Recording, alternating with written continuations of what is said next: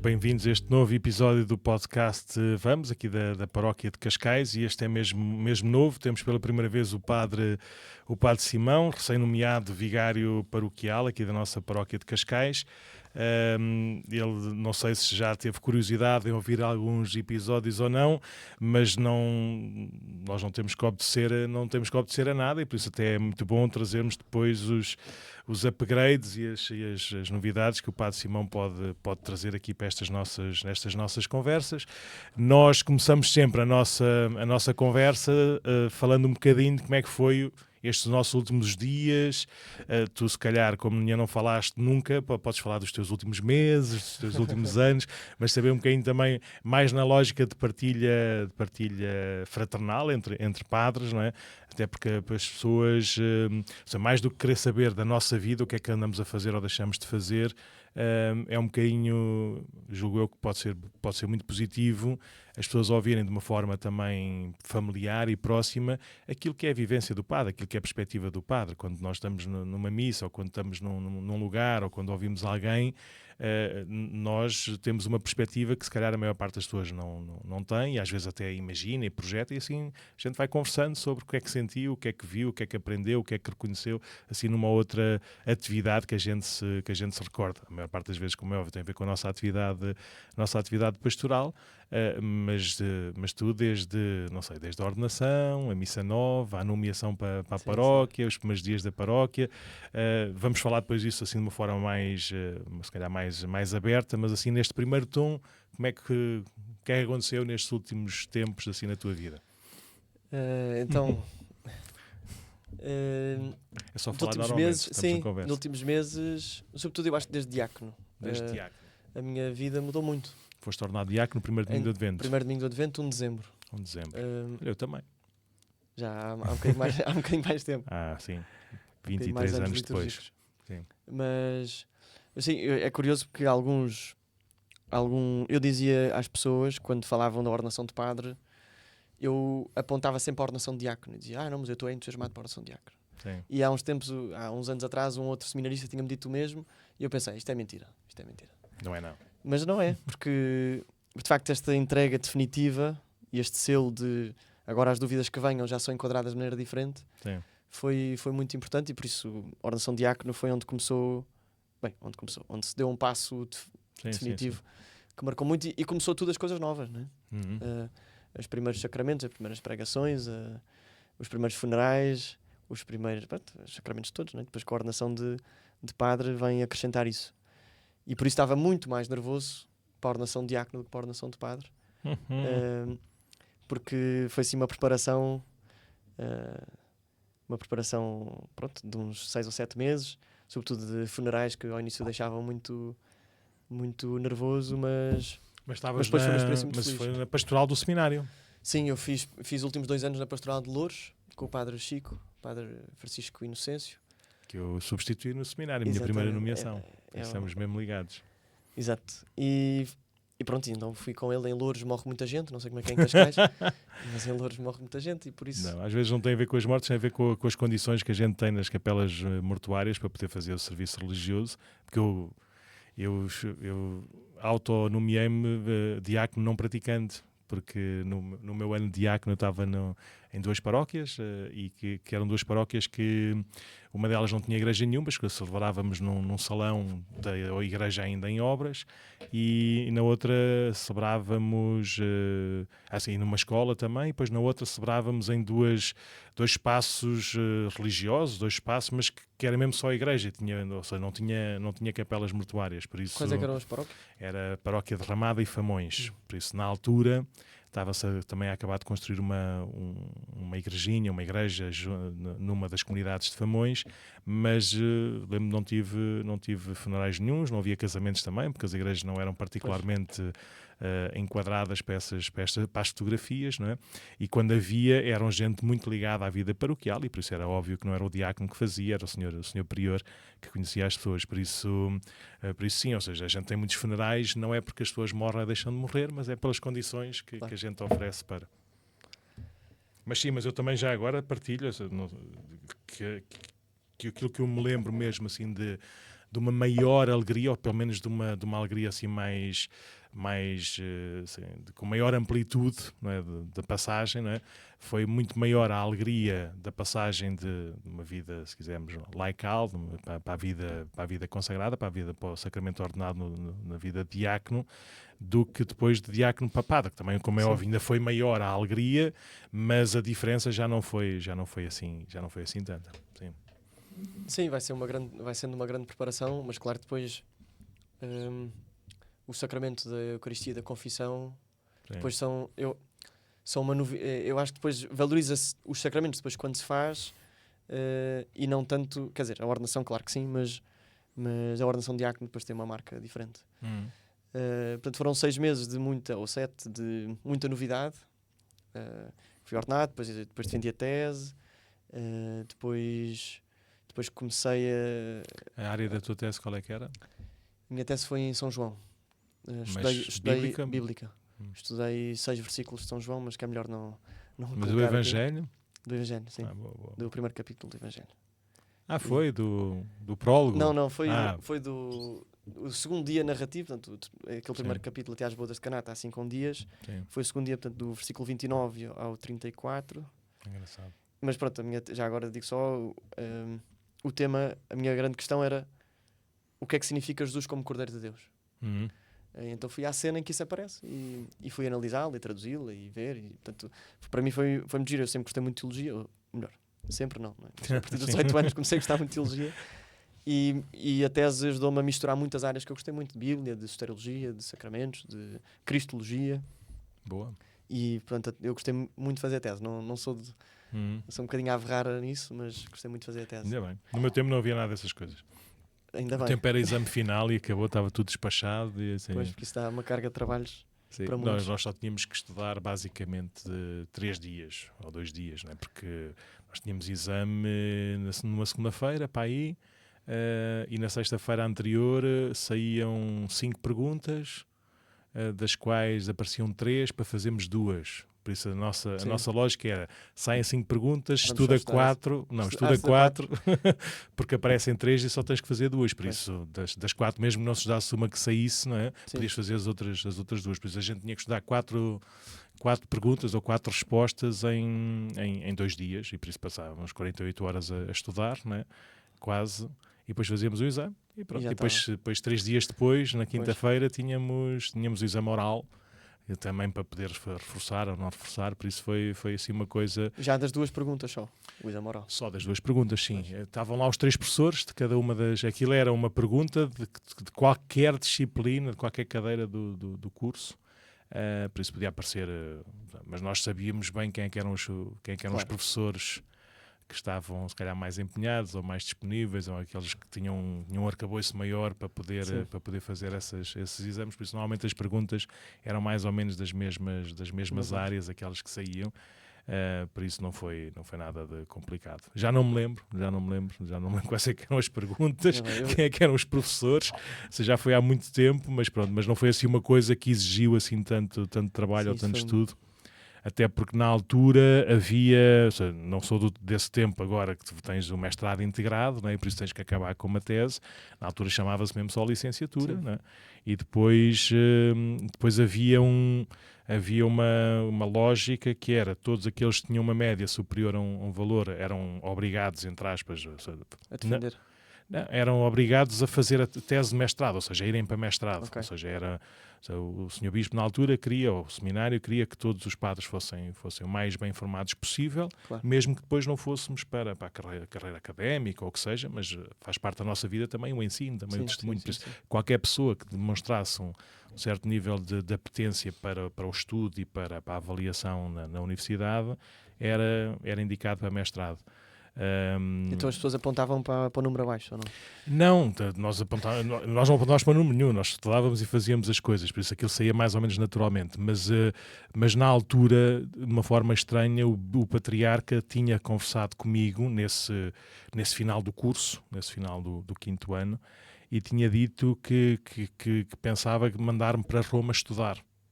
E indo para Roma estudar, aquele ano de mestrado era absolutamente inútil, porque não chegava, não servia, não dava outro nível de teologia a nível internacional, por isso era perder recursos, tempo e o que seja. Por isso ele deu-me indicações para não fazer o mestrado, por isso eu fiquei todo contente. E depois também não deu indicações para ir para Roma. E depois deixou de dar as indicações para ir para Roma, por isso Nosso Senhor é muito meu amigo e vai guiando assim, consoante os meus... Mas depois, já por isso é que eu te perguntei sobre o Evangelho de São João, porque nesse ano o vice-reitor do seminário escolheu-me para ser... Escolheu-nos, éramos vários, mas a mim escolheu-me para ser professor de Bíblia na escola de leigos e na formação dos diáconos permanentes. E eu disse, mas sabe que foram as minhas piores notas de teologia, ou seja, entre a teologia dogmática e a fundamental e não sei o quê, a bíblica normalmente foram as minhas piores notas, foram notas básicas de quem nunca estudou aquilo, não é? E ele respondeu, pois, é exatamente, como não aprendeste nada na faculdade, agora tens que aprender para ensinar. Por isso eu lembro de aprender bastante e também ficar com esse gosto da Bíblia, exatamente por causa desse estudo. Mas uma das coisas que, pelo menos no meu tempo, havia nas disciplinas bíblicas, eram demasiadamente literais, ou seja, preocupava-se sobretudo com o texto. E com o texto literário, com o texto, claro que chegávamos depois à revelação, não é? Mas a lógica era uma crítica para saber qual é que é a origem daquele... Sim, era uma dissecação, não é? É uma dissecação e até mesmo saber qual é que é a origem daquela palavra, se vem em todos os manuscritos, se não vem, como é que escreveu, onde é que nós podemos ter... Ou seja, era uma coisa demasiadamente técnica e arqueológica, que é importante, ou seja... É importante nós sabermos isso, não é? Mas para uma primeira introdução... O mais importante, se calhar, é a gente saber ler a palavra de Deus como palavra de Deus, não é? E saber interpretá-la de uma maneira mais correta. Por isso eu nunca gostei muito, porque se não gostava também de português, com os predicados e os complementos e não sei o que mais, e pronto, e lá fazia aquilo com o mínimo possível, fazerem das aulas de Bíblia, sobretudo uma aula de letra, não é? Sim. Não foi assim muito o meu interesse, mas depois pronto. Peço desculpa, os dois é para falar sobre ti, então fizeste a tese. Fiz a tese e depois logo, também fui dar... no verão ou no...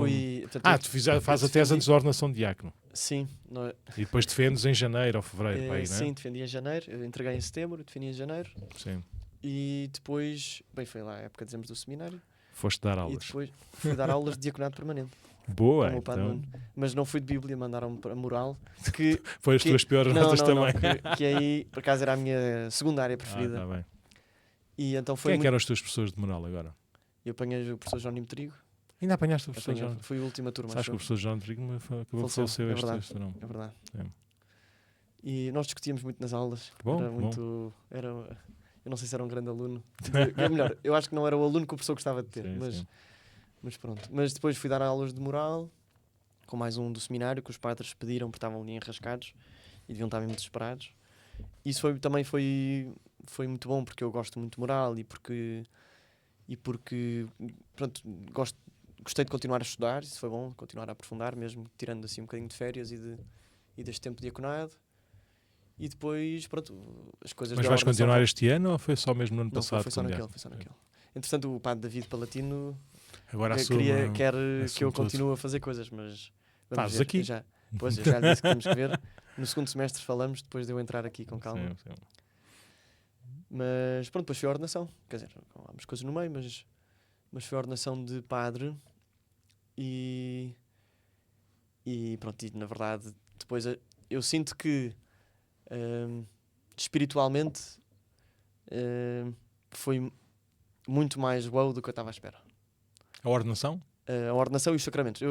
É porque eu fiz um sacramento. Eu estou muito distante do português que tu falas. O não sei o quê foi muito mais wow do que eu estava à espera. Pronto. Eu quando fiz o meu primeiro batismo, o batismo foi péssimo. Não gostei nada. Foi válido. Sim. Mas, então não te preocupes, pensei, o Senhor ensinar-te a dizer, olha, isso não depende de ti, não foi péssimo. Mas a criança andava de um lado para o outro, a família atrás da criança, a fotógrafa atrás, e eu dou por mim na homilia a falar para os pais, e os pais estão no fundo da igreja com a criança e eu pensei, não, pronto. Então tive que adaptar o discurso para os padrinhos, porque eram os únicos que estavam ali. E eu pensei, bem, isto é sempre assim. Não, é pior. Pronto. E depois, quando foi a parte mesmo do batismo, lembro-me de, para dizer, Mariana, eu te batizo em nome do Pai, do Filho e do Espírito Santo, fazer tudo direitinho e depois pensar, então, já está. Já. E fiquei assim, mas não vem... Pois não, claro, pois, sei que não vem assim uma coisa do céu, mas nem tenho que sentir nada, claro. Mas para mim foi perceber, eu tenho que ter fé no meu sacramento, né? Eu tenho que ter fé no que eu estou a fazer. E depois, eu acho que isso foi um bocadinho de preparação, porque é o único sacramento como diácono que isso acontece, né? Porque os noivos casam-se, não é? E o funeral não é bem um sacramento. É um sacramento. Exatamente. Isso preparou-me depois para a missa e para a confissão. E foi bonito. Eu, entretanto, no meu verão tive uns campos de férias, fiz bosque, depois fui para o jubileu,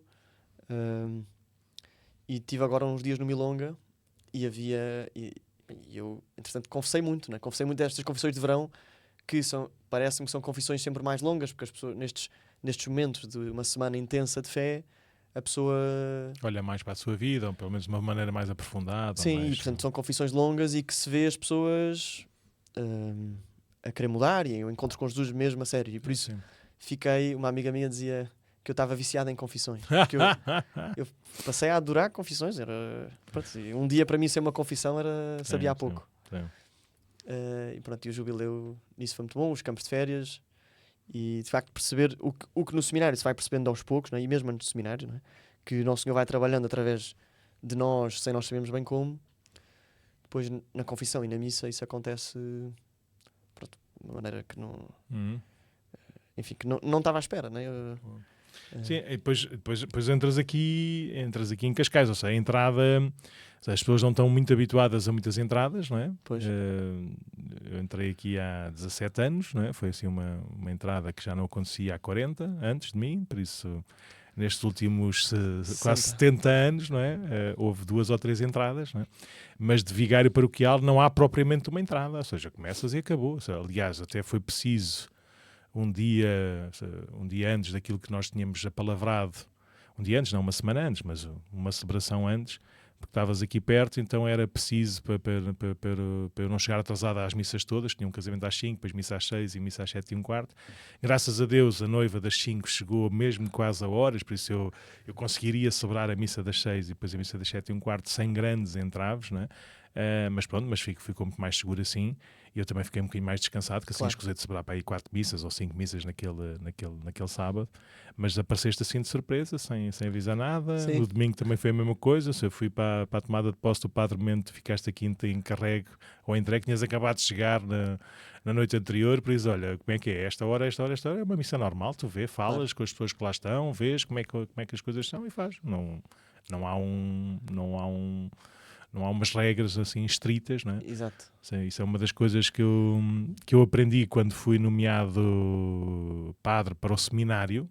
Eu fui ordenado padre e fui para o seminário, né? E 3 dias depois, né, da minha ordenação, já estava em reuniões de seminário a avaliar o ano anterior, onde eu tinha sido seminarista.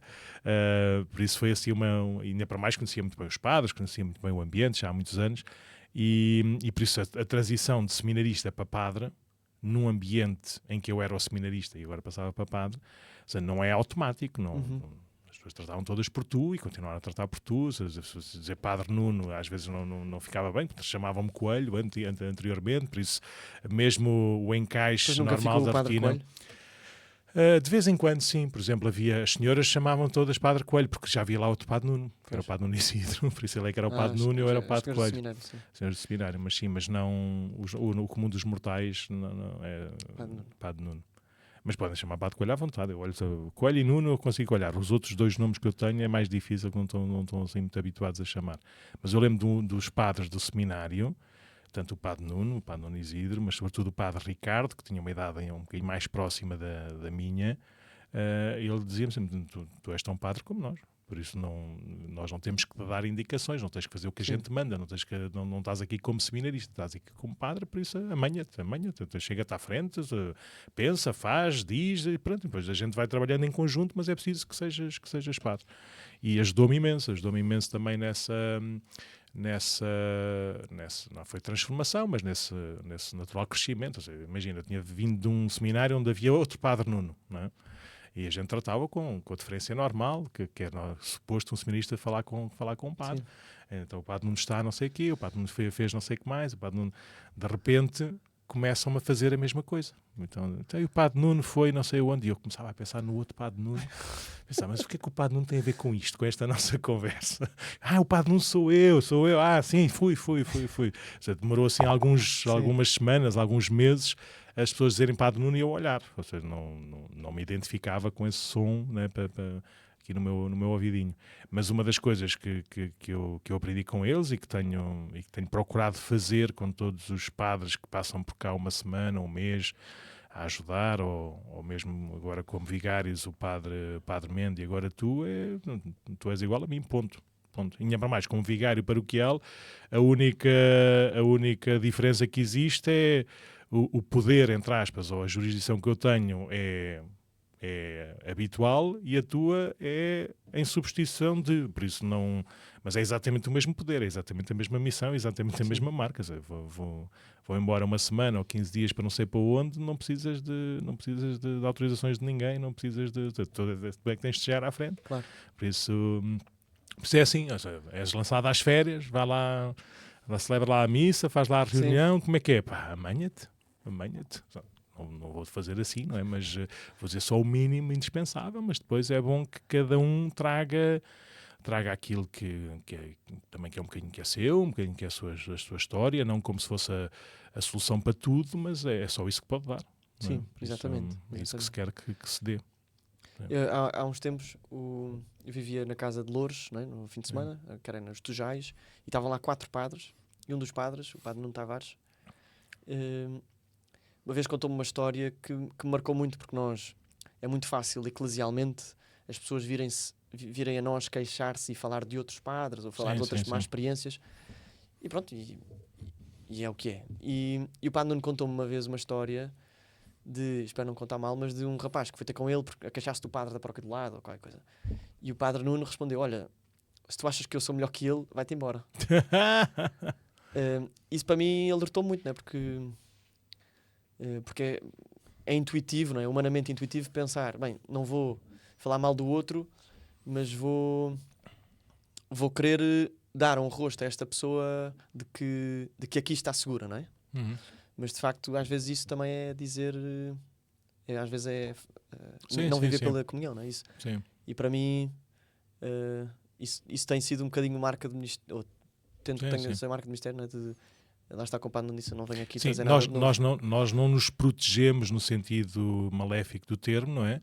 Mas participamos todos da mesma missão, do mesmo papel, não é? E eu, por exemplo, uma das coisas que eu fiquei, as pessoas já se esqueceram, fiquei mais incomodado do que agradecido, ou seja, não fiquei triste com as pessoas, porque sei que foi genuíno e tudo mais, não é? Mas no princípio da minha vida aqui de serviço na paróquia, houve assim algumas turbulênciazinhas, hoje a gente até se ri, não é? Mas não foram fáceis. Então houve aqui um grupo de pessoas mais próximas na altura, e agora, hoje também, mas fizeram na missa em que eu fazia 2 anos que eu estava cá na paróquia, fizeram uma grande festa. Uma missa normal, uma missa de semana, um coro fantástico, umas luzes não sei do quê, convidaram toda a gente possível imaginar, e convidaram a minha família, e eles ligaram, Nuno, é mesmo para nós? Claro que não, pá, estejam descansados, vão lá, porque é 5 de outubro, era feriado, vão lá descansar, uma vez vêm à missa aqui, vocês vão à missa a outro sítio, não tem nada que vir cá. Mas depois estava o padre Luís Fialho, que estava quase há 40 anos na paróquia de Alcabidez, que era e é muito meu amigo, e depois estavam outros padres aqui também das redondezas, e a fazer uma festa de eu estar há 2 anos na paróquia. Está tudo doido ou quê? 2 anos. 2 anos não é nada. Está aqui um senhor há 40 anos a sofrer, não é? Sim. A apanhar de todos os lados, as pessoas a gostarem mais, outros a gostarem menos, outros a fazer não sei como é. Fiquei, como é óbvio, não fiquei triste com as pessoas, nem zangado, nem nada, mas fiquei assim com uma certa urticária, não é? Eu percebi qual é que era a lógica, não é? E só para veres o nível, eu estou cá há 17 e aquela foi a única festa que houve da ação de graças pelo Ministério cá na paróquia. Mas pronto, percebi essas circunstâncias, mas é um bocadinho estranho este tipo, às vezes, de agradecimento demasiadamente pessoal. Mas uma das coisas que também sugiro sempre aos padres, não é? Nós somos muito diferentes. Teve cá o Padre Paulino, que veio de Cabinda, já está cá há mais tempo, tinha uma história académica, cultural e pastoral completamente diferente. Há o Padre Roque, que é um santo, que tem também a sua idade e que tinha o seu ministério muito, muito vivo no hospital, ou seja, dificilmente haveria padres tão diferentes, tão distintos, não é? Isso é bom, não é para nos concorrermos quem é que gosta mais de um e quem é que gosta mais do outro. Se as pessoas se sentem mais acolhidas ou mais à vontade com este tipo de pessoa, ótimo. Agora, não é aquele é pior padre, ou aquele é melhor padre, ou aquele é que é o padre não sei o quê. Gosto muito de ouvir o padre não sei o que mais, gosto muito de ouvir... Está bem, isso são gostos, não interessa. Agora, fazer com que isso seja uma visão, se calhar mais religiosa ou mais espiritual, é uma parvoíce. Até mesmo com o Padre Mendes, quando chegou, então as pessoas algumas começavam a dizer: epá, não consigo ouvir porque o Padre Mendes olha para não sei para onde, ou tem um gesto não sei o que mais, ou tem um tom, e eu... Está bem, é normal, ou seja, é normal, é diferente, ou seja, respire fundo, não acha que ele não vem fazer eco de mim, ou seja, ele não vem ser igual a mim, seja, ainda bem, porque senão estavam tramados, não é?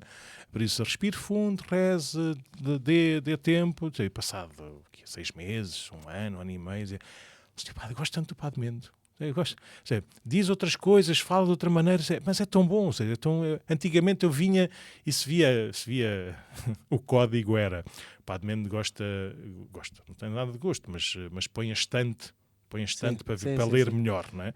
Ele usa lentes e não sei o quê, por isso para ler melhor era assim. Eu não gosto muito de pôr barreiras diante das espécies eucarísticas, ou seja, se eu souber a missa toda de cor, não preciso de livros. O livro é para me ajudar a mim, não faz parte da missa, não é? Como está em cima do altar, é um livro sagrado, é um livro com a sua beleza, não é? Com o seu cuidado, e que só se usa para isso, não é? Mas eu gosto de o ter deitado no chão, que é para não servir de barreira para ninguém. Mas não há problema nenhum, também uso a estante tranquilamente, quando há para estante, ou seja, isso não é a minha missa. A mim já me vieram perguntar como é que é. Já assim várias perguntas. O Padre Mendes é de uma maneira, o Padre Mendes é da outra, e o Padre Simão o que é que prefere? Isso é uma das coisas engraçadas, que é para explicar às pessoas que as coisas não... Ou seja, as coisas essenciais é igual para todos, mas depois o resto exatamente. Faz o que... Mesmo o Padre Mendes gostava mais de usar os paramentos romanos e tudo. Ótimo, temos uma coleção inteira que também tinha, que alguém use. Que quando cheguei cá ofereceram à paróquia para eu usar, não é? E até puseram do meu tamanho e tudo, uns maiores e tudo, para eu poder usar. Mas não sei onde é que está o branco, não é? Então agora já pedi para fazerem um branco também, que é para eu poder usar também, que é para poder dizer às pessoas que não há problema nenhum, nós podemos fazer tudo o que quisermos. Mas pronto, e essas pequenas diferenças não dividem, antes pelo contrário. Por isso, é explicar às pessoas que é isso mesmo, que os padres no essencial é tudo igual, mas depois temos estas pequenas diferenças que não interessam, não é ao Menino Jesus. Ou seja, se eu for para uma paróquia que só há paramentos romanos, os paramentos romanos não me incomoda minimamente. Sim. Como o Padre Mendes está na paróquia de Carcavelos, usa os paramentos que estão lá na paróquia de Carcavelos sem problemas nenhuns, sem stress nenhuns. Mas pronto, mas é ajudar as pessoas também a verem para lá dos nossos olhos. Mas pronto, então estamos aqui nesta conversa há meia hora e normalmente isto é 10 minutos, esta primeira parte, mas tu começaste 7 meses e não uma semana, não 7 dias. E acabei por nem falar desta semana. Acabámos? Sim, falamos então no final de... Agora vamos voltar um bocadinho atrás, não é? Já falaste de 7 meses, agora vais falar de 25 anos, não é? Quem é que és tu? Como é que foi um bocadinho a tua história para as pessoas começarem a tirar-te a pinta? Então eu sou de Oeiras, sou de uma família com 8 filhos. Já nasceste em Oeiras? Nasci e criado em Oeiras. Sou o 6º de 8 e fui o mais novo durante 8 anos. Depois de mim vieram 2 gêmeas. E graças a Deus vieram 2, porque eu sendo o mais novo ia ser a cobaia. Sim. Mas pronto, eu sou de uma família cristã, de missa dominical, sem, vamos dizer assim, prática extra da missa dominical, mas com uma particularidade, que era a minha mãe tem uma irmã no mosteiro. Qual? Na Ordem de Santa Cruz, cá em Fátima e em Braga. No fundo é uma restauração da Ordem de Santa Cruz original, do século XII, pronto, mas que é muito ligada à devoção dos Santos Anjos. Sim. Pronto, e as minhas irmãs mais velhas iam em pequeninas ou em adolescentes. E a tua tia está em Fátima ou está em Braga? Não, agora está na Áustria, está na casa-mãe na Áustria, acho eu. Mas esteve muito tempo em Fátima e em Braga, no Sameiro. E por isso o tema da vocação era mais ou menos o tema em minha casa normal. Ninguém queria, mas eu lembro das minhas irmãs chorarem, não quero, mas... E bem? E bem. Mas eu, desde pequenino, então que percebi, bem, tenho de ir à procura do que é isto, né? Nosso Senhor é que sabe. Pronto, são com os altos e baixos. Lembro-me quando estava... Foi muito marcante para mim quando o padre Nuno Westwood, que ainda é o parque da minha paróquia, também há 17 anos. Foi mais Por ou aí, menos na foi, mesma não foi? altura, sim. Eu acho que ele foi um ano mais cedo do que eu. Até capaz. Eu tinha 8 ou 9 anos, portanto Sim. estou a fazer as contas assim por alto. Mas Eu acho que ele foi um ano mais cedo. Foi em 2007, eu vim em 2008 para aqui. pronto, é capaz. Mas sim, mas somos... E lembro-me dele, no início, ter falado, havia falta de padres e eu um bocadinho como se fosse ir para a guerra, eu posso ir. Pronto, e eu lembro na altura, assim, com 8 anos, pensar, mas eu nunca fui fascinado por celebrar missas, nunca tive essas coisas, nunca olhei para um padre a pensar, eu quero ser como tu. Mas tinha sempre este bicho de vamos procurar o que é que Jesus tem para mim. E isso ia aparecendo de vez em quando. Lembro no 8º ano também tive assim um outro momento em que me ajudou a perceber não, eu quero fazer o que Deus tem para mim, não vale a pena estar com muitos planos. Mas pronto, depois entra um 8º ano, na minha altura diziam que era a idade da estupidez, portanto, depois entram as coisas todas, uma pessoa depois só quer ter namoradas e só quer fazer disparates. E depois, quando fiz o Crisma, no 10º ano, e depois de fazer o Crisma, e mais tarde fiz um campo de férias, que é o SIGA, que foi com o padre Miguel Sotomayor, de Fátima, que foi muito importante para mim, para perceber claramente que Jesus quer ter uma relação pessoal comigo, e por isso depois do campo, este e outro que fiz mais tarde, foram alturas de oração forte, regular, de missa mais do que uma vez por semana, terço diário, e isso marcou-me. Portanto, eu começo o 11º ano assim, e no meio disto, aqui com a paróquia do Estoril, não sei bem porquê, foi a única coisa que fiz com a paróquia do Estoril sem ser o Milonga há uma semana, que foi, por acaso, ou porque Nosso Senhor conduz assim, fui a uma sopa dos pobres, em Santa Apolónia. Mas sozinho, lá do Eiras, ou vieste num grupo? Uma das minhas irmãs tinha uma amiga no Estoril que foi, levou-me, e estavam lá seminaristas. Sim. Então eu lembro de ficar a falar com o Jorge, agora padre Jorge, de Aveiro, e muito interessado na vida dele. Nunca a pensar em mim, mas interessado na vida dele. E comecei a pensar, bem, este rapaz, é uma pessoa normal. Parece uma pessoa normal. Parece. E não é, bem, não é um totó, que era o que eu achava. Os feministas são os totós que nunca tiveram nada e a mãe não sabe o que é que há de fazer com eles.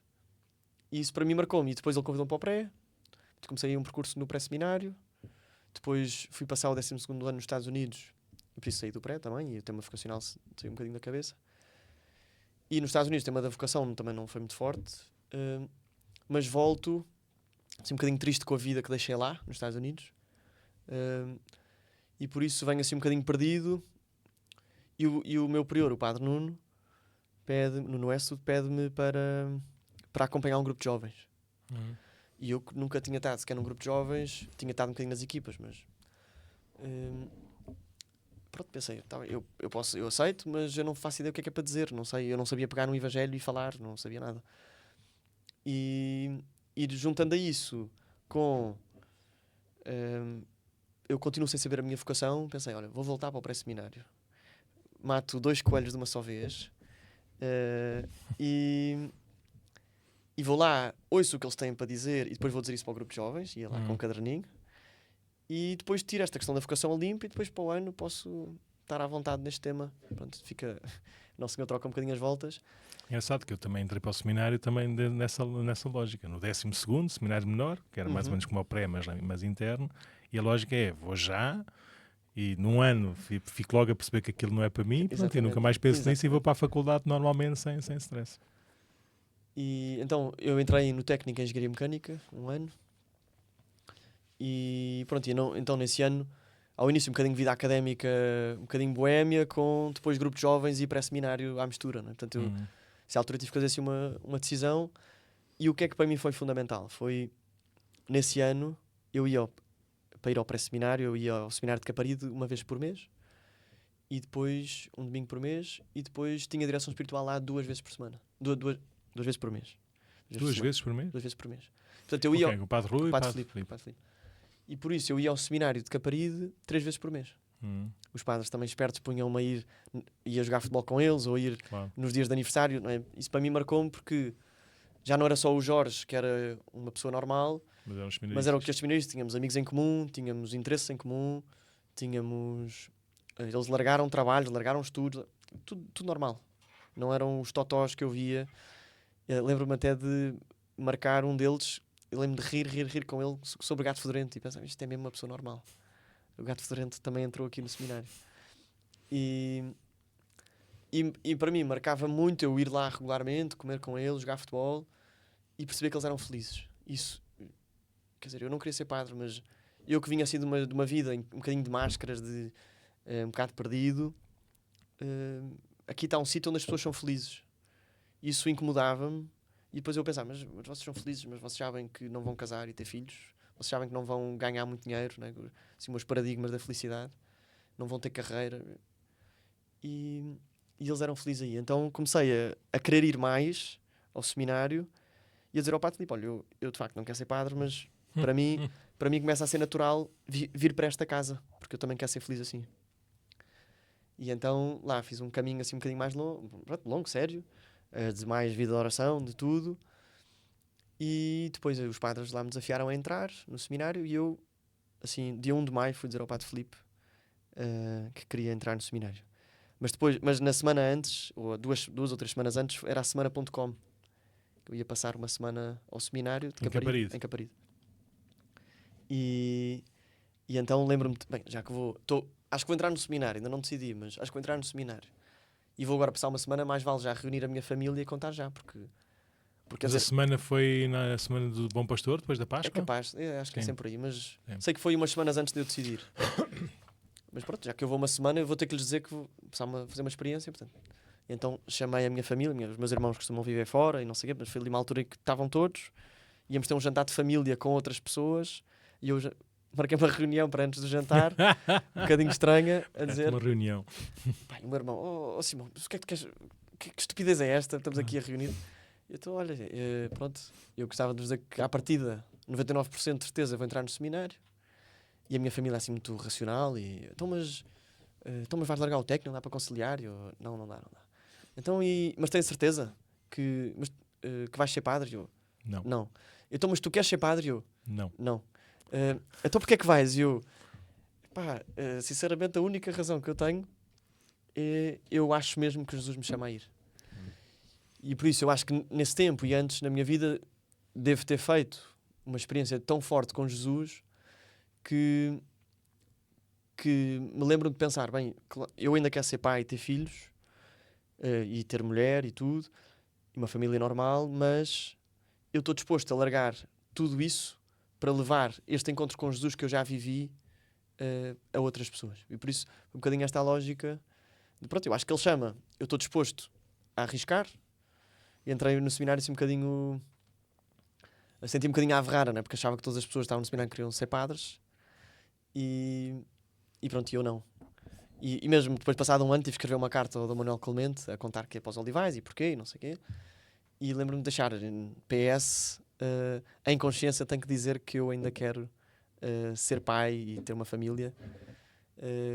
Pronto, foi um tema que me foi acompanhando, mas sempre com a certeza, e todos os dias no seminário ajudou muito a rezar a figura de Abraão, não é? O Padre Filipe desafiava muito a rezar a Abraão, todos os dias perguntar qual é a terra que me indicas, não é? Qual é a terra para onde queres que eu vá.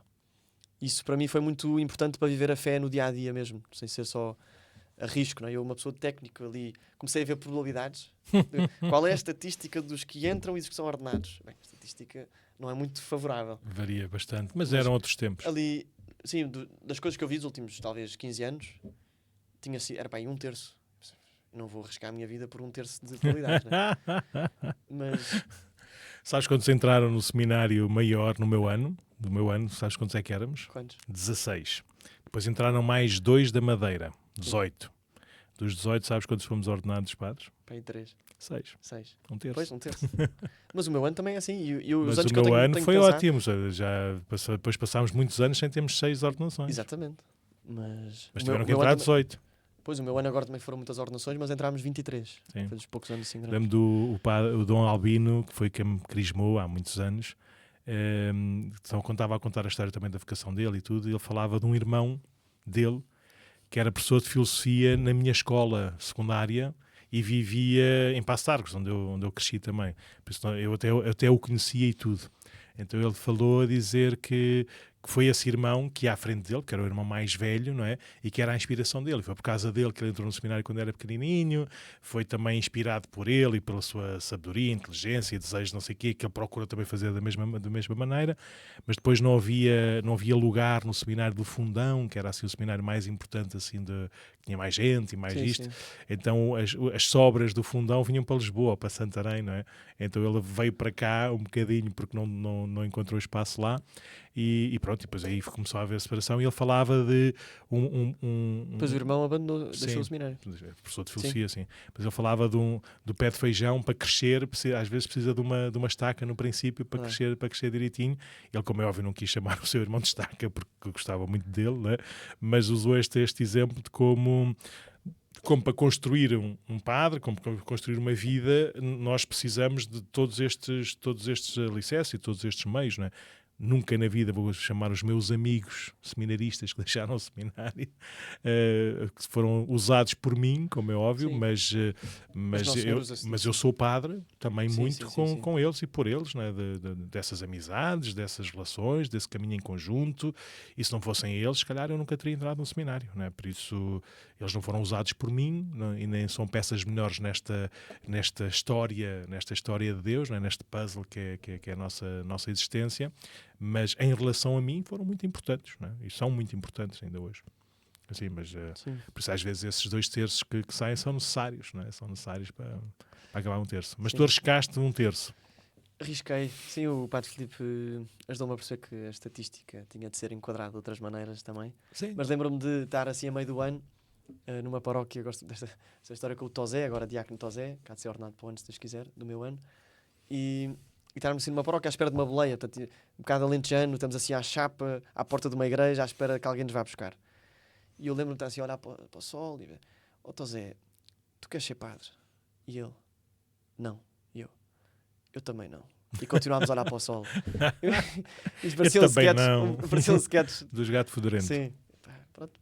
Mas Nosso Senhor depois faz o resto e... Boa. Então, e agora, nós já falámos demasiado, já estamos a mais de 2/3 do programa.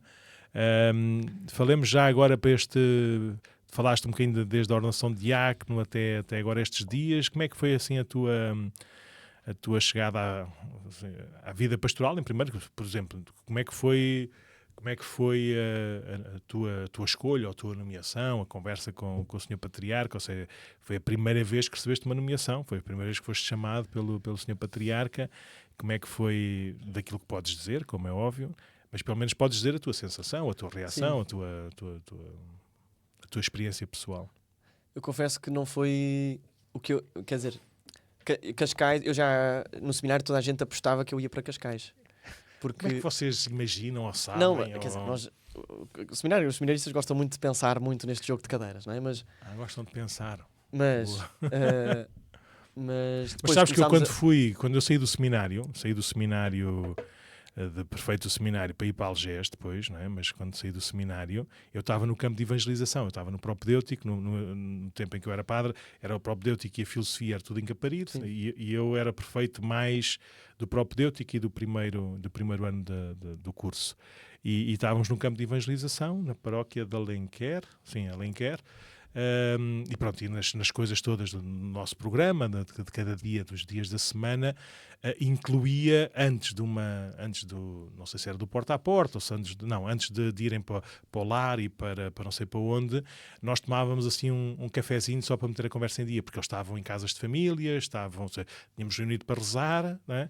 E depois antes de irem para os sítios a gente fazia ali um call to action, assim, meia hora de partilha um bocadinho e de olhar para o dia. Então estávamos num café, mesmo num café lá da vila, eu pagava-lhes um cafezinho todos os dias e eles, como eram um grupo aí de, não sei, de 5 ou 6, era um grupo pequeno, e éramos muito próximos, eu tinha mais ou menos a idade deles, né? Tinha mais de 3 anos, 2 anos, 5 anos no máximo. Né?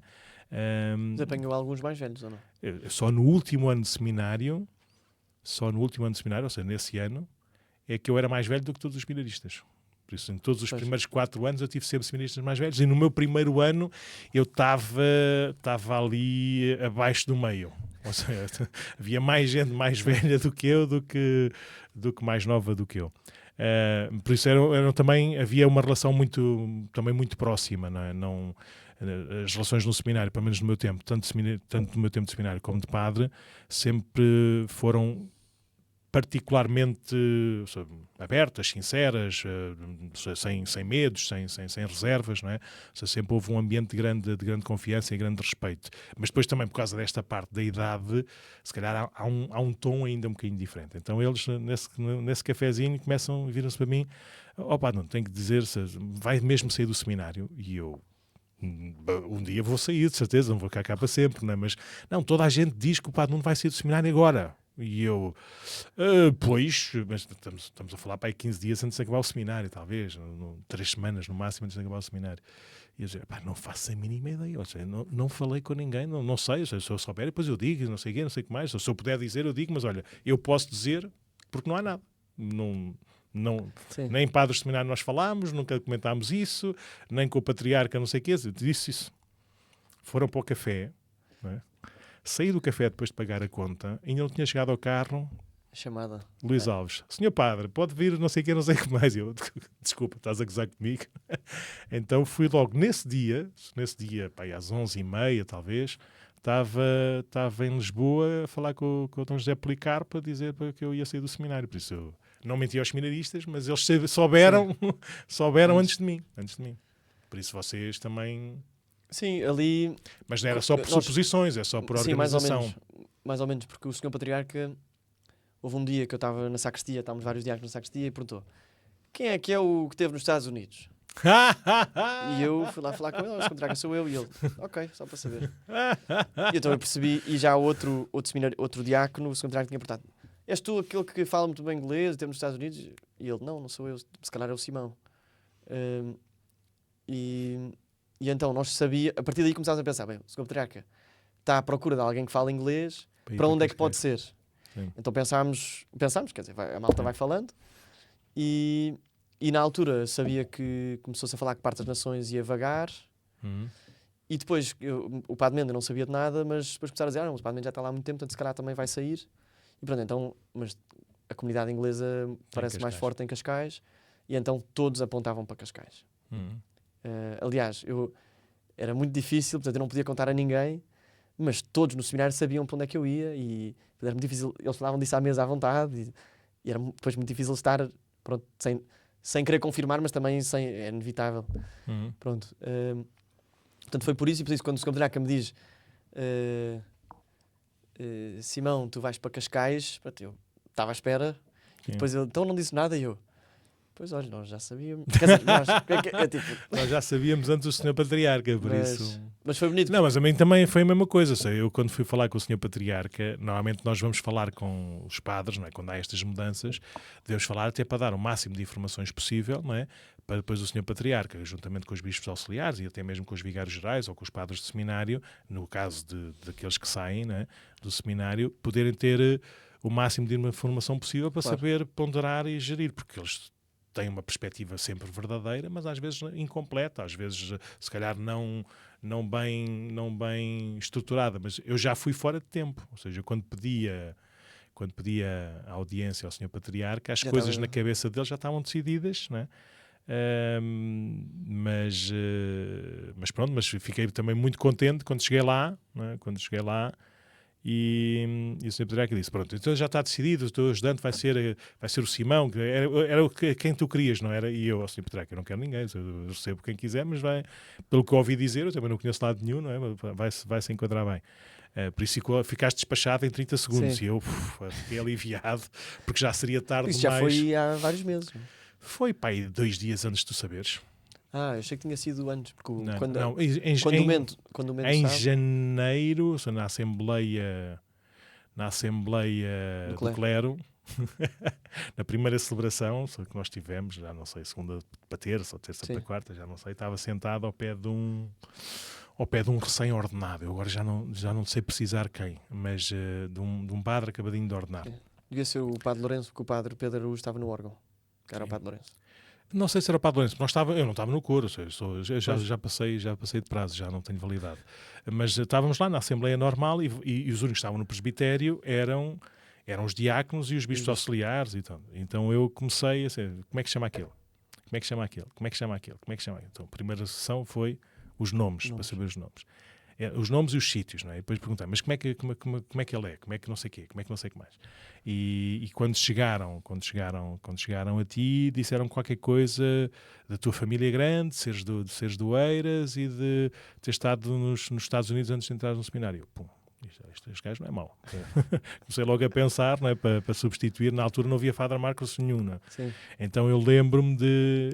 Pois, senão isso teria sido diferente na lógica.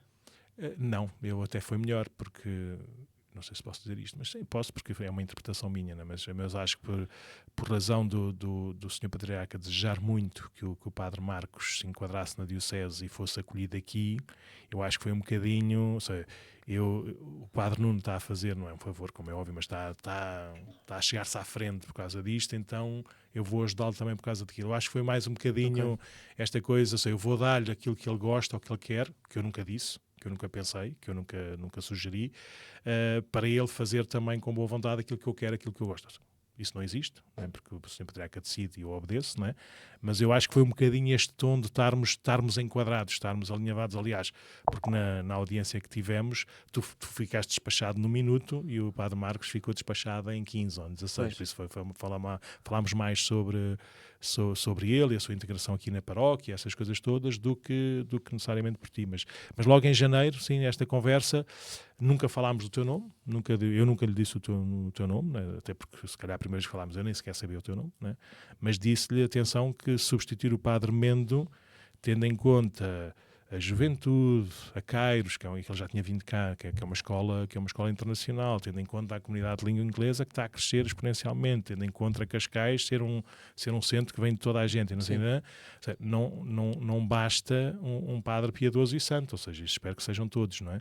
Mas que tenham uma certa capacidade, não é? Melhor que a minha, não é? Que já me está a fazer bem, mas convém que não seja pior do que eu a falar inglês, que não seja pior do que eu a estar com os jovens e a ter paciência, essas coisas todas, porque senão nós estamos sempre ali a 100%, 110% todos os dias, não é? Se o motor vem um bocadinho mais abaixo, não é? Eu não disse essa imagem, mas pronto, mas sugeri isso. E pronto, e o Sr. Patriarca levou a sério e desde janeiro eu nunca mais falei com ele e em junho também eu não precisava de ir falar com ele, ou seja, ele quis-me receber, eu acho que foi mais para explicar a situação do padre Marcos do que a tua própria situação. Mas a única, eu acho que também já disseste isto num programa, a tua sorte, ou a vossa sorte, diáconos, não é? É que eu, por causa do calendário de junho, julho e agosto aqui da paróquia, e o Padre Mendo em Moçambique, e depois o Padre Mendo não sei aonde, depois nós não tínhamos tempo para fazer nada, e eu disse ao Sr. Padre, então quando é que eu posso falar com o Padre Simão, porque isto se vai fazer as nomeações no final de julho, as pessoas nem sequer vão ter tempo de se despedir do Padre Mendo, porque o Padre Mendo vai-se embora a seguir, porque vai passar o mês de agosto todo em Roma, nos campos de férias, né? Então não sei se foi só à minha conta, mas à minha conta, ou seja, ele marcou a tua audiência, a vossa conversa, à minha frente, ou seja, estava... E aquilo foi engraçado, quando ele disse os dias, não pode ser, não pode ser, não pode ser, então a única data possível era 2 dias depois, por isso... se calhar vocês só saberiam das nomeações depois da ordenação, tu ficaste a saber 2 dias antes. E para mim deu-me jeito, porque isso foi uma sexta-feira e sábado eu tinha cá um casamento, o Padre Nuno e o Padre Mendo estavam, então Foi Vim engraçado, cá- já estavas cá num casamento tranquilo a saber que vinhas para cá Sim, e já tivemos ninguém, o almoço. e ninguém a dar-te a mínima. Porque eu Ninguém. às vezes, depois quando saiu a tua nomeação e gente que estava lá no casamento, não é? E dizer, não se lembra, foi o dia, foi na altura és diácono. Diácono. Foi o diácono que estava no casamento não reparei. Claro. Não reparei, porque estavam todos padres, tu eras mais um que estava lá no meio. Muito E bem, o que então- interessa no casamento não somos nós. Claro, ainda bem, graças a Deus. Então, e conta-me, estamos mesmo já estamos a passar do tempo, mas pronto, este é especial. Primeiras impressões aqui da paróquia, o que é que se agora eu me fosse embora durante 6 meses, não é? Quais é que seriam as tuas preocupações, quais é que seriam os teus interesses, as tuas prioridades, assim, do nada, ou seja, não, como é que foi estes primeiros dias e como é que sonhas ou projetas estes primeiros tempos? Atenção, só um spoiler, nós não falámos sobre isto, por isso eu também quero ouvir bem o que é que ele quer dizer Não, e vai se comprometer aqui no podcast. O Padre Mendo disse-me nesse almoço, disse-me assim, oh, Já agora, um parênteses, o Padre Mendes escreveu um documento só sobre as atividades que tinha ou que não tinha, e as pessoas, e os pessoas, grupos, e os contactos, e ele disse que eram 12 páginas de documento. E eu li o documento todo, não é? Porque ele mandou-me também para mim, antes de apresentar a ti, e eu disse, só isto? Porque mesmo com o documento todo, a dizer, está bem, mas isto faltam coisas. Não, falta quase tudo do essencial. Exato. Aquilo é o mínimo, aquilo é o básico, bocado aquilo é o esqueleto mesmo. Aquilo é o que acontece sem dar-se conta. Sim. Mas o Padre Mendo disse, olha Simão, esta paróquia é muito dinâmica e por isso, o que tu não fizeres vai ser feito na mesma. E eu pensei, pronto, então vai ser bom porque a máquina está montada, eu espero não ser atropelado, não é? Pelo comboio em andamento. Sim. Tanto a nível sacramental, mas é assim que a paróquia é muito cheia, mas sobretudo pastoral, não é? Para mim foi muito bom ter ido estes 3 dias ao final de um dos milongas para já ter assim uma base, uma rede de jovens que conheço. Eu conhecia 2 ou 3 da paróquia, não conhecia muito mais. E tanto crianças, mas sobretudo dos mais velhos e dos casais, para me darem uma base agora para o resto. Mas já nestes dias pronto, as pessoas já vêm falar comigo a pedir informações ou pedir coisas. Eu ainda não sei nada, não sei. Sim. As pessoas olham para ti como se fosse o Padre Mendo, por isso já sabes, já conheces, já tens os critérios, já sabes as pessoas. Eu costumo dizer às pessoas nestes dias, o padre Simão é a 3ª noite que dorme em Cascais, ou seja, ele não sabe o vosso nome, não sabe quem vocês são, não sabe o que é que vocês fazem, não sabe, por isso calma, conversem com ele com mais calma. Sim, mas é giro ver que me veem como padre, não é? Porque eu sou novo e até nos mais novos me veem como padre e querem falar coisas sérias e querem se confessar e querem querem ser acompanhados. Isso é bonito. Pronto, depois eu gostei muito do dia de domingo. Dia de domingo, é um domingo normal. Sim, mas gostei muito porque apresentei, fui às 3 missas da igreja paroquial de manhã, depois tive um batismo, exatamente, missas de manhã, e depois estivemos em casa, estivemos a falar, vi o Benfica, gosto muito. foi culminar. Ai meu Deus, o Padre Mendo também era de Benfica, mas não era assim tão devoto, não via assim tantos jogos, mas pronto. Eu confesso que hoje falei do Benfica na homilia, mas depois... Não podes. Não, mas eu disse não podes dizer nome, não podes usar palavras, podes falar do Benfica sem dizer a palavra Benfica, nem futebol. Podes dizer o que tu apetecer, que as pessoas que percebem vão perceber e rir-se, e as pessoas que não sabem não vão ficar incomodadas. Mas se disseres essas palavras, estás tramado. Ok, fica a nota. Nas homilias convém não distrair. Tens de ter muito cuidado com as palavras que usas. Nunca deves usar a palavra futebol, nem Benfica ou Sporting. Podes falar bola, podes falar de uma coisa qualquer assim, de uma... Sim. E os encarnados, ou os passarinhos, ou uma coisa qualquer do género. Todas as pessoas percebem, mas as pessoas que têm que perceber percebem, e as pessoas que não percebem também escusam de ficar incomodadas. Mas pronto, mas és do Benfica, pronto. Sou do Benfica. Sporting, estão a ver? Mas somos padres, os dois. Exatamente. E pronto, depois fui à Boa Nova ao fim, fui jantar com os campos ao MEC, com eles e não sei o quê. Tem sido dias até muito cheios, até porque a maioria dos jovens não estão na escola, portanto ainda querem fazer muita coisa e estão com muita vontade de começar, e o Gomas e o Jeep e outros grupos. Dois telefonemas do Jeep já durante a gravação. Pois, mas além destes grupos, há outros 2 grupos que querem começar, ou querem começar, portanto, é o que o Padre Mendes dizia, né? As pessoas querem fazer coisas e por isso vejo-me aqui a tentar ajudar as pessoas a fazer as coisas, não é?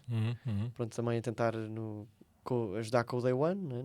Dentro do que é possível ajudar, não conhecendo o que foi ano passado e não conhecendo bem a dinâmica, mas... Não interessa nada do que é o ano passado, é a gente continuar sempre sabendo, como é óbvio, a experiência confirma e dá ânimo e dá uma certa estabilidade para não vivermos ansiosos, mas para as coisas correrem bem tem que ser sempre sonhadas e rezadas desde o princípio. Se a gente está a descansar à sombra da bananeira, aquilo perde o gás todo. Por isso é importante, como as coisas correram bem, porque foram rezadas, programadas, trabalhadas, choradas, mal dormidas, não é? E por isso é que depois as coisas correm bem. Por isso, fazer as coisas não é tentar imitar o que é que aconteceu no ano passado, é saber os mesmos critérios, aprendendo já com uma certa experiência, conhecendo o melhor possível as pessoas, mas dar o mesmo impulso. Por isso é que eu vais ver, não é, que eu vou-te deixar muito à solta, no sentido bom do termo, dizendo, amanhã-te, pensa, escolhe, reza, sofre, pondera, e pronto, depois vou estar sempre do teu lado, não é? Se vir que pode estar uma coisa mesmo má, posso corrigir. Agora, tirando isso, do espaço total, e depois aprendes como eu aprendi também. Vais aprendendo com os erros, porque às vezes na nossa cabeça ou na nossa experiência do nosso caminho de fé, do nosso lugar, pode ser uma coisa, mas depois a gente aprende também a ligar mais pontos. Aquela boca dos pais que andam a correr atrás dos filhos, né, no batismo.